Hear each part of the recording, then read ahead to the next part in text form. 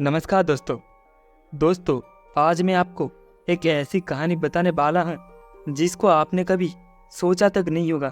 हाँ, सही सुना आपने, कभी सोचा तक नहीं होगा। ऐसी डरावनी कहानी जो आपको सोचने पे मजबूर कर देगा कि क्या सच में ऐसा हो सकता है। हाँ दोस्तों, ये कहानी मैंने भी कहीं सुनी थी, बहुत दिनों बाद भी मुझे याद है। उसका कारण भी वो कहानी है जिसने मुझे उसको याद करने पर मजबूर कर दिया था। ये कहानी है बहुत साल पहले की, जब हमारे ज़माने जैसे कंप्यूटर मोबाइल नहीं हुआ करते थे। लिखने का काम कलम से और कागज़ पे लिखाई जाती है। बात करने का जरिया था वो लैंडलाइन फ़ोन जो कभी लगता था या फिर कभी आउट ऑफ सर्विस हो जाता था। दूर दराज के ठिकाने में तो बहुत ही मुश्किल होती थी दोस्तों। ऐसे ही किसी दूर सुनसान ठिकाने की खोज में एक लेखक निकल पड़ा था। उसको अपनी कहानी लिखने के लिए शांति और अकेलापन चाहिए था। वो अपने बीवी और बच्चों के साथ घर में रख के चला गया था। ये उसका हमेशा का काम था, सो घरवाले को उसकी आदत हो चुकी थी। उस लेखक का नाम था अशोक। अशोक बहुत ही काबिल लेखक था। अपने ज़िले में उसका बड़ा नाम था। उसी पर उसकी रोजी रोटी चलती थी। काफ़ी पैसा उसने बना लिया था। अब उसके पास मोटरसाइकिल और उसके पास एक पक्का घर भी थी। लेकिन दोस्तों, कहते हैं ना, जब कुछ मिल जाता है जिंदगी में तो कुछ और पाने का चाहत जन्म लेती है। वैसे ही कुछ अशोक के साथ भी हुआ। उसको कामयाबी मिल चुकी थी, लेकिन वो और ऊपर पहुंच चुका था जहां से ये दुनिया उसको छोटी लगे। अशोक एक गांव में पहुंच जाता है। वहां के डाक खाने में पहुंच के किसी की पहचान बताता है। वो उसको एक पता देकर जाने का रास्ता बता देता है। उसकी मोटरसाइकिल चलते हुए एक घने जंगल में चली जाती है। हर तरफ पहाड़ और वहां से गिरते झरने की आवाज़ उसको सुनाई दे रही थी। एक मोड़ आने के बाद उसको कुछ दिखाई देती है। वहाँ पे फॉरेस्ट वालों का एक गेस्ट हाउस था जहाँ पे अब कोई नहीं रहता था। अशोक ने कुछ दिन वहाँ पर रहने का इंतज़ाम कर लिया था। बाहर से वो गेस्ट हाउस पूरा लकड़ी का बना था, लेकिन वो अंग्रेज़ों के ज़माने का था, तो उसकी बनावट में उसको विदेशी झलक साफ दिख रही थी। बाहर बड़ा सा बरामदा और वहाँ पर रखी एक मेज और कुर्सियाँ। उसके बाजू में लकड़ी के खंभे बने हुए थे। उसके ऊपर मोटा सा गेरुआ रंग पोत दिया था। अशोक के सामान रखते ही वहाँ का चौकीदार भागते हुए आया और सामान उठाने लगा। अशोक ने उसको रोका और कहा, तुम घनश्याम हो क्या? मुझे बताया था तुम्हारे साहब ने। हाँ साहिब, मुझे मेरे मालिक ने यहाँ टेलीफोन करके बता था कि एक बड़े साहिब आने वाले हैं। घनश्याम ने बड़े ही सादगी से अशोक की तारीफ कर रही थी। अशोक को बड़ा सुकून मिला। उसने हंसते हुए कहा, अरे मैं कोई साहिब नहीं हूँ, तुम्हारे साहिब और मैं साथ में ही पढ़ाई करते थे। मैं एक लेखक हूँ, कविता, कथा और कुछ नाटक भी लिख लेता हूँ। तुम्हें नाटक पसंद है?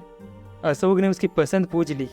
अक्सर गांव में नाटक देखने के लिए आज भी लोग दूर दूर से आया करते थे। अपने रिश्तेदारों के यहाँ पहले दिन से ही पहुँच जाता है। लेकिन उस जमाने में नाटक होना कोई आम बात नहीं था। लोग सिनेमा सिर्फ ही शहरों में ही दिखते थे। नाटक वहाँ का लोकप्रिय था। शाम का खाना होने के बाद घनश्याम और अशोक बाहर बरामदे में बैठ के बातें करने लगे। बाहर आग जल रही थी। दूर से जंगली भेड़ियों का आवाज़ आ रही थी। घनश्याम अपने आसपास के जगह के बारे में बता रहा था और अशोक कभी उसके ऊपर ध्यान देता तो कभी उन सब चीज़ों को अपनी कहानी में रखने की कोशिश करती। बातें करते करते कब 11 बज गए ये पता ही नहीं चला। घनश्याम ने बोला, साहेब, रात को अकेले में बाहर मत निकलिएगा। बाहर जंगली सुअर, भेड़िया और कभी शेर भी आ जाता है। यहाँ कोई भरोसा नहीं है। अशोक ने उसको हाँ बोलकर दोनों अपने अपने रूम में सोने के लिए चले गए। अशोक को थकान होने के बाद भी नींद नहीं आ रही थी। अब वो खिड़की खोल के एक कुर्सी पर बैठ गए। जंगलों से बहुत ही डरावनी आवाज़ें आ रही थी। कभी शेर की दहाड़ तो कभी उल्लू की आवाज़। बहुत ही भयानक लग रहा था। उसको लग रहा था जैसे वो सब उसके आसपास घूम रहे हो। वो अब लिखने का सामान खोजता है। अरे, मैं तो कलम लाना ही भूल गया। लगता है इस सामान में से गिर गया है कहीं पे, या फिर मेरे बच्चों ने निकाला होगा। यही लग रहा है। उसके सामान में बस एक स्याही की बोतल मिलती, आज उसका दिन बेकार जाएगा। ऐसा सोचते हुए वो वहाँ रखी अलमारी खोजने लगता है। अशोक को अचानक से एक पुराने से कपड़े में लटकता हुआ एक बक्सा मिलता है। वो बड़ी है, आश्चर्य से उसको खोलता है। अरे वाह, मेरा काम तो बन गया। पेन भी है और एक बढ़िया सी डायरी भी, शायद मेरे दोस्तों ने मेरे लिए लाकर रखी होगी। उसको पता है मैं लेखक हूँ। अपने दोस्त को शुक्रिया अदा करके उस पेन में स्याही डालता है और वो डायरी खोलता है। वो डायरी बाहर से बहुत ही पुरानी थी, लेकिन अंदर से एकदम नई जैसी लग रही थी। अशोक घर के अंदर था, लेकिन दूर से झरनों के पानी की आवाज़ वहाँ तक पहुँच चुकी थी। उसने डायरी के पन्ने खोले और उसमें उस पेन से लिखा। जैसे ही उसने ये लिखा कि जंगल में कोई शिकार हो गया, तभी बहुत जोरों से आवाज़ आने लगी। पंछी इतने रात को उड़ने लगे थे, सारे जंगल में हलचल होने लगी। अशोक को भी बड़ा मज़ा आया। ये जगह उसके लिखने के लिए बिल्कुल सही थी। वो अब लिखना चालू करता है। वो अपने कहानी में एक राज के बारे में लिखता है जो अभी तक किसी को नहीं पता था। कोई मनहूस साया अचानक से लोगों की बस्ती में आता है और एक एक करके सारे लोगों को मौत के घाट उतर देता है। किसी को कुछ भी समझ नहीं आता कि ये सब क्या हो रहा है।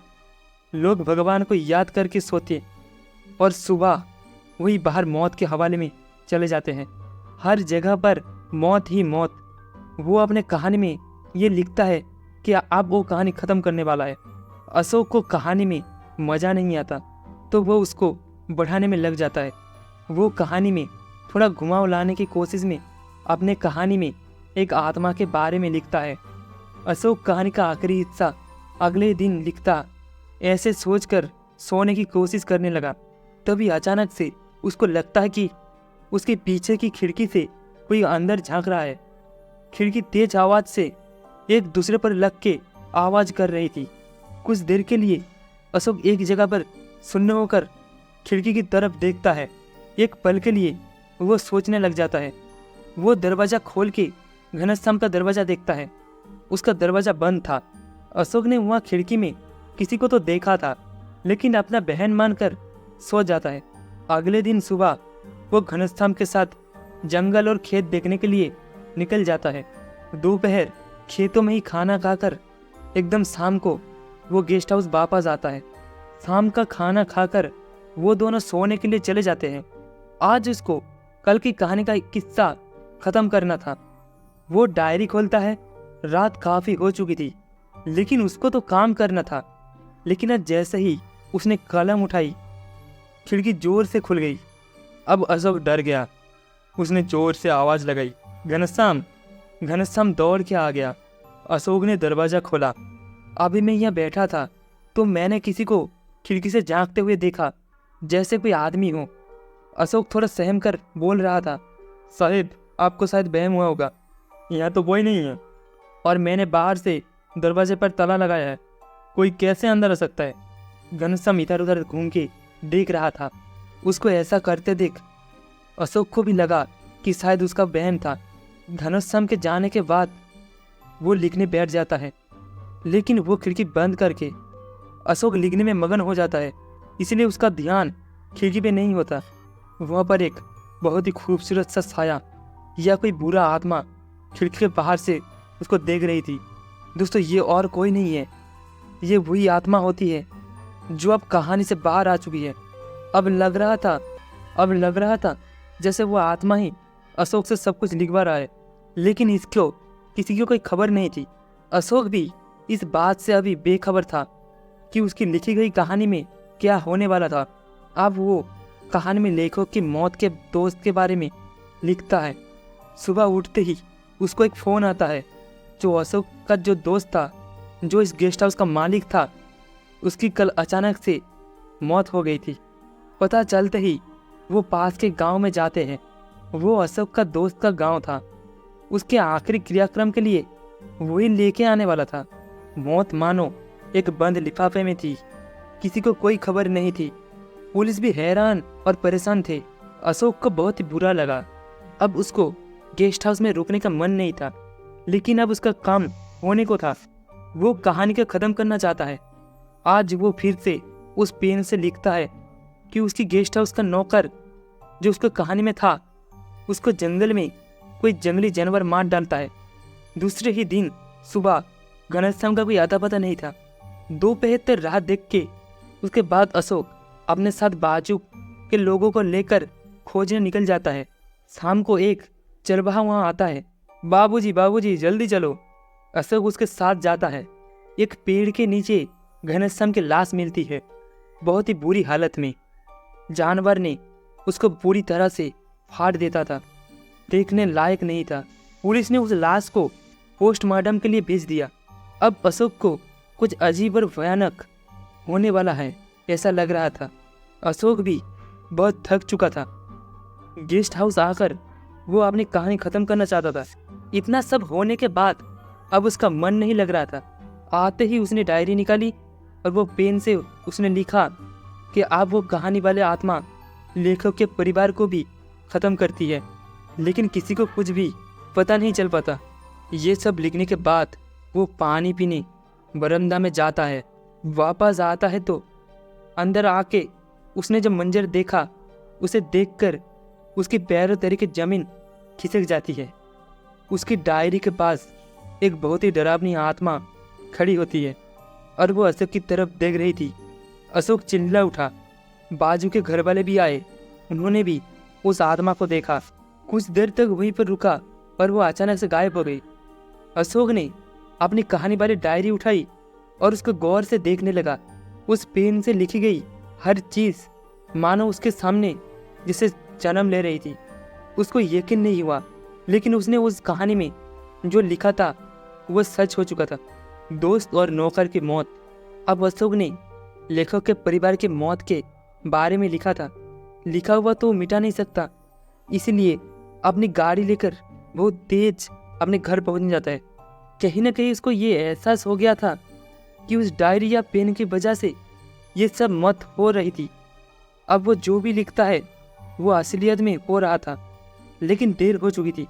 घर के बाहर अशोक के रिश्तेदार थे, बहुत भीड़ थी। अशोक थरथराने लगा। अशोक के पैर भारी हो गई और चलना मुश्किल हुआ। उसको बीवी और बच्चे की तस्वीर सामने दिख लगा। उसका हंसता खिलता परिवार खो गया था। एक ही झटके में उसका सुख छीन गया था। अशोक खुद को संभाल नहीं पा रहा था। अपनी लिखी कहानी पे उसको बहुत ही गुस्सा आ रहा था। उसने अपने पत्नी के चिता में वो डायरी फेंक दी जिसमें वो कहानी था। शाम को सब रिश्तेदार जाने के बाद वो अपने आप को कोसते हुए रात तक रो रहा था। लेकिन रात को अचानक खिड़की में वही डरावना और खूंखार साया दिखाई दिया और उसको एकदम से याद आया, उसने गेस्ट हाउस से निकलने से पहले अपनी कहानी का अंत लिख रहा था। उस लेखक की मौत एक राज। तो दोस्तों, कैसी लगी आज की कहानी कमेंट में बताना। कहानी आपको अच्छी लगी हो तो वीडियो को एक लाइक एंड चैनल को एक सब्सक्राइब जरूर से कर देना। मिलते हैं अगली कहानी में, तब तक के लिए जय हिंद जय भारत।